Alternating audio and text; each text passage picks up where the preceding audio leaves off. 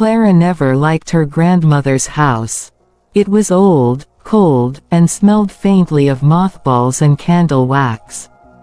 But after her grandmother's passing, Clara inherited the property, and with nowhere else to go, she decided to stay, at least until she figured out what to do with it. The house was filled with strange antiques, cracked porcelain dolls, faded family portraits with eyes that seemed to follow her, and heavy oak furniture that seemed far too big for the small rooms. But what unsettled Clara most was the tall wooden cabinet in her bedroom. It was ugly, out of place, with twisted carvings across its surface, swirls that almost looked like faces screaming if she stared too long. When she asked her mother about it, her mother grew pale and shook her head. "Don't touch that cabinet. Your grandmother said it stays closed. Always." Clara laughed it off at the time, but on her first night alone in the house, she began to understand why. The first night. As she lay in bed, the silence of the house pressed down on her. No cars, no voices, just the hum of the wind through cracked windows. She tossed and turned, until a faint sound. It was coming from the corner of the room. The cabinet. At first, she thought it was wood creaking. But the sound grew clearer, rhythmic.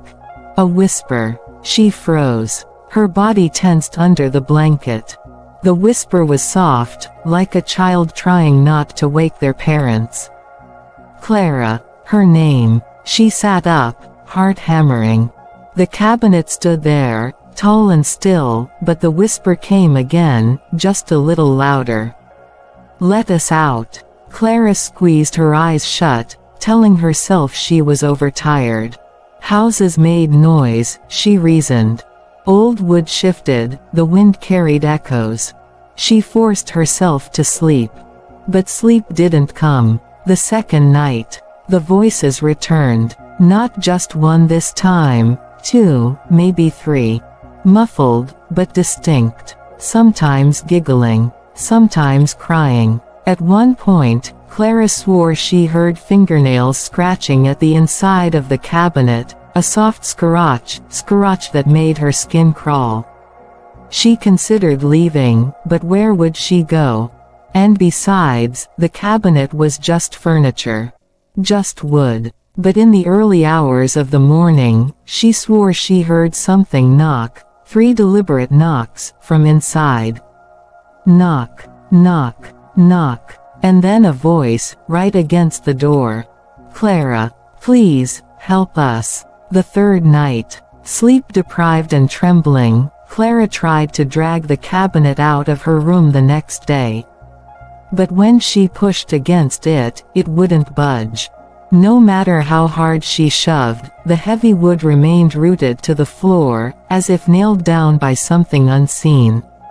That night, the whispers were no longer whispers. They were clear, distinct voices.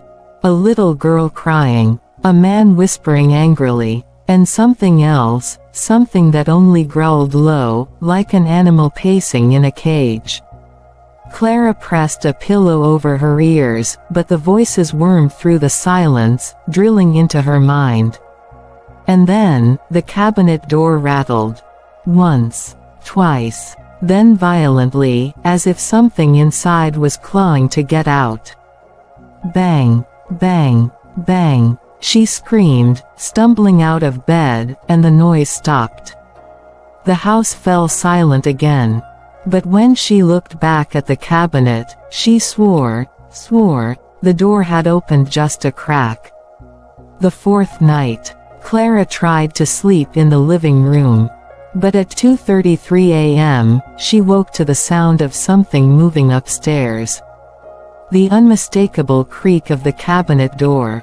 Against her better judgment, she crept upstairs, each step heavier than the last. Her breath fogged in the cold air as she approached her bedroom. The cabinet door was wide open. Inside, there was nothing, just blackness, deeper than shadow, darker than any wood grain should be. It felt like staring into a hole. That went on forever. And then, from that darkness, a small hand reached out. Pale, thin, fingernails sharp as knives. Clara slammed the door shut and fled, locking herself in the bathroom until sunrise. The final night. Clara decided she couldn't stay. She packed her bags, ready to leave. But as night fell, exhaustion pulled her into sleep before she could escape. At exactly 3 a.m., the cabinet door burst open with a deafening crash. The voices screamed in unison, a chorus of laughter, crying, and guttural growls. Shadows spilled across the room, stretching long and crooked across the floor. Clara tried to run, but her body wouldn't move. Cold hands gripped her ankles, pulling her toward the open cabinet. She clawed at the floor, screaming, but the darkness swallowed her whole. The cabinet slammed shut. Aftermath. When the neighbors checked the house weeks later, they found it abandoned. Clara's belongings were scattered, but there was no sign of her. Only the cabinet remained in the corner of the bedroom, closed tight. And sometimes, late at night, if you pressed your ear against the wood, you could hear her voice. "Please, let me out." The end.